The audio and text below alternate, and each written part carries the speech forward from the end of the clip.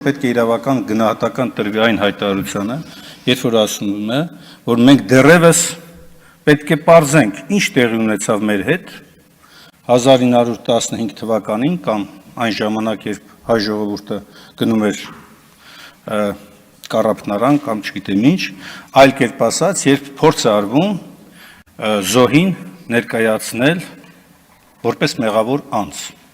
Սա նշանակում է, որ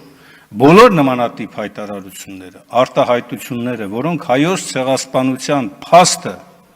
կարող են կասկածի տակ դնել։ Տիկին Կարապետյան, օրինակ ձեր բազմաթիվ հայտարարություններ կարող են լինել քրեական իրավական տեսակետից առնվազն գոնե առերևույթ հնչեցրած համատեքստում ուսումնասիրության եւ իրավական գնահատականի առարկա։ Ակնհայտորեն այնպիսի արտահայտություններ, որոնցով դուք փորձ եք անում մեղմել